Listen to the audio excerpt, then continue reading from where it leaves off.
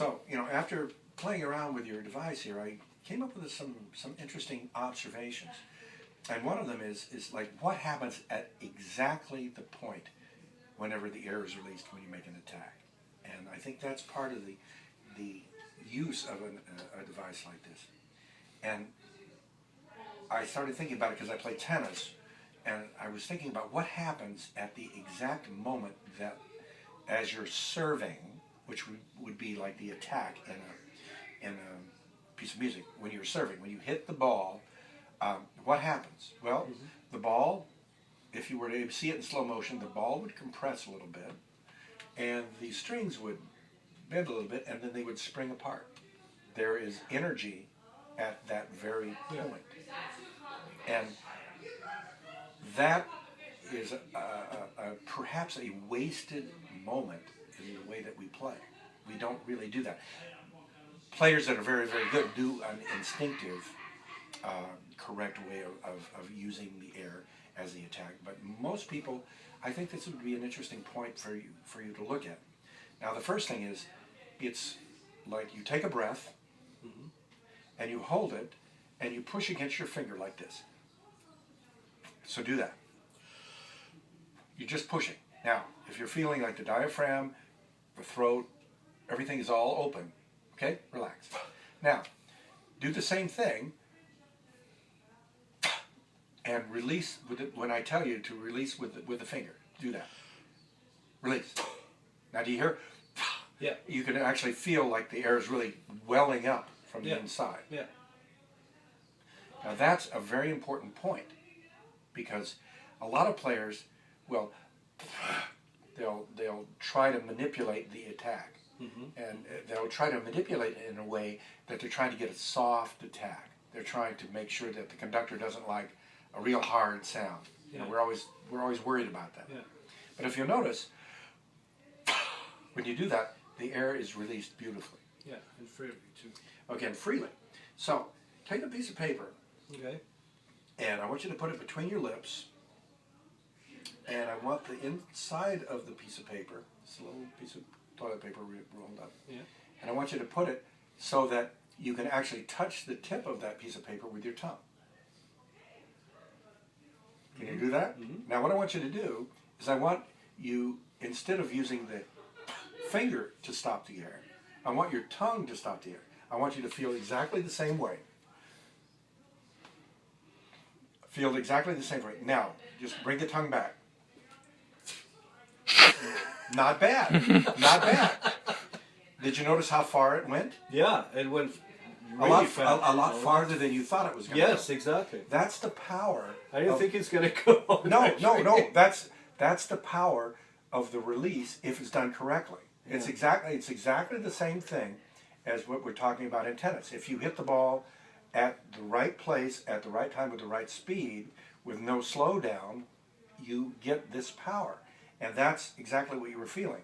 Now what you did was you stopped the air with your tongue, and you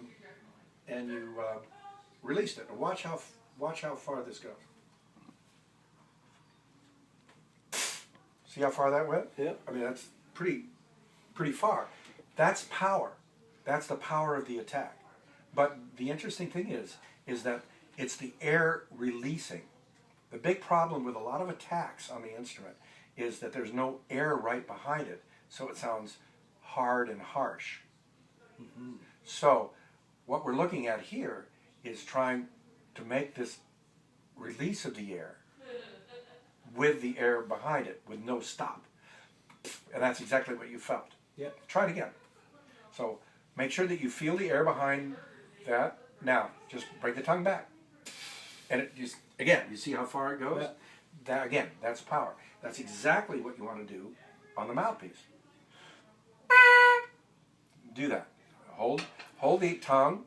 Now, release. Do you notice that there's no there's no No, okay? It's right.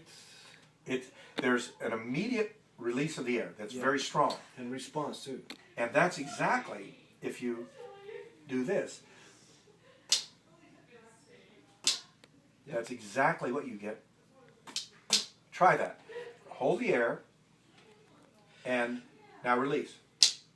You notice how absolutely instantaneous that is? Yep. That's the point. Now, if you were to play the trumpet, you would hear a note that is solid. It doesn't sound harsh. There's no accent. It's just a solid Just tone. a pure. And that is what you should be trying to do. You should be trying to make that release give an almost instantaneous. You notice it's almost instantaneous. Yep. That is the correct attack. It gives you a beautiful round sound without any harshness. So that's one of the things that I learned from this. Now you continue to stop the tone, I mean stop the air. Yeah. You can stop it, but you can't go. It doesn't work. Yeah. You have to. That's the kind of intuitive thing that you have to learn from this. But what I'm just explaining is something that I picked up from it, that the air has to be released with almost an aggressive air pressure behind that release of the air. Yeah. It has to be aggressive. We don't want to do that because conductors tell us that we use too much accent. But the reason they hear too much accent is because there's not enough air. And that's kind of it sounds like a contradiction in terms, but it's not. There you go. And do you think this is helpful only for trumpet players, for brass instruments, or? I can't say. A really good feedback from flute players. No, flute is very, very similar to the trumpet. You play the flute the same way.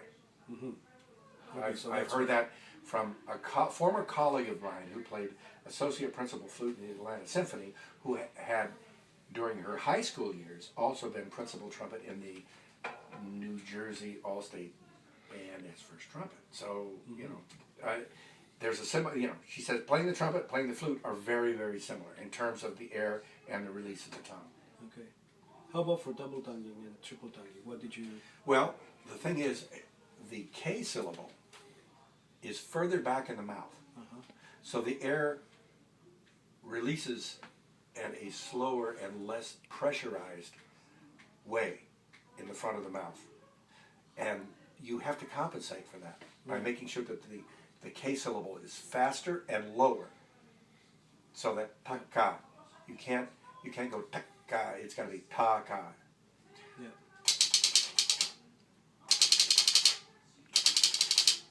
That's getting the tongue lower so that the air is moving more rapidly and faster. Yeah.